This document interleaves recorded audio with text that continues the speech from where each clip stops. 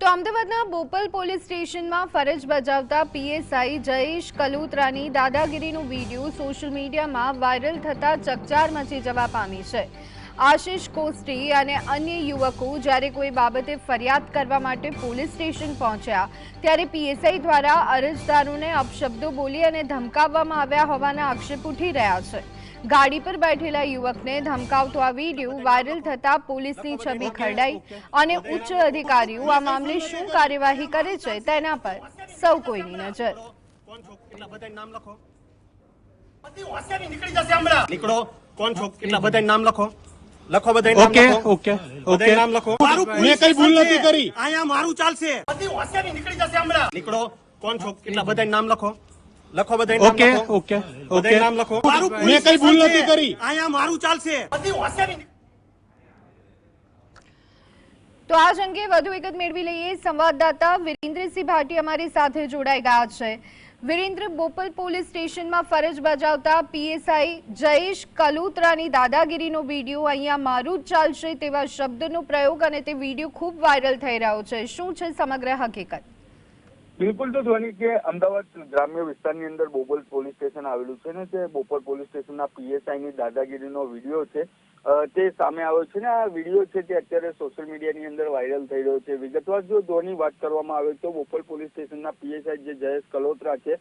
તેમના દ્વારા દાદાગીરી કરવામાં આવી રહી છે તે પ્રકારનો વિડીયો છે તે અત્યારે સોશિયલ મીડિયામાં વાયરલ થયો છે। તેની સાથે સાથે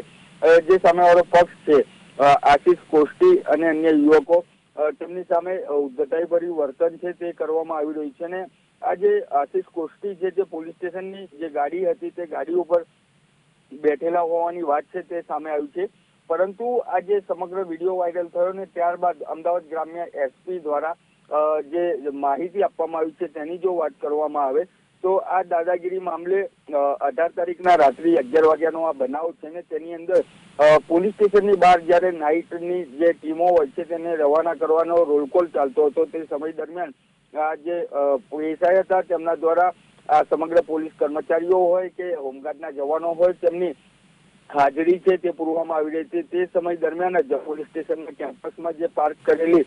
કાર હતી તેના બોનેટ ઉપર આ યુવક છે તે બેસી ગયો હતો અને આ યુવક દ્વારા બોનેટ ઉપર બેસવાની પોલીસ દ્વારા ના પાડતા તેના દ્વારા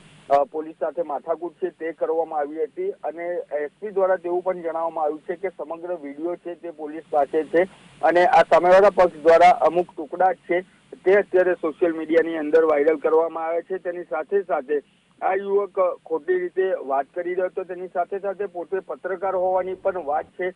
તે પીએસઆઈને કરી હતી અને તે પોતે પત્રકાર પણ ન હોવાનું અત્યારે તપાસમાં છે સામે આવ્યું છે। આ સમગ્ર ઘટનાના યુવક દ્વારા જે મોબાઈલમાં રેકોર્ડિંગ કરવામાં આવ્યું હતું તેને એડિટ છે તે કરવામાં આવ્યું છે। પરંતુ પોલીસ જે અધિક્ષક એટલે કે અમદાવાદ ગ્રામ્યના એસપી છે તેમના દ્વારા પીએસઆઈ વિરુદ્ધ ઇન્કવાયરી પણ અત્યારે બેસાડવામાં આવી છે। ધ્વનિ વીરેન્દ્ર, સમગ્ર માહિતી આપવા બદલ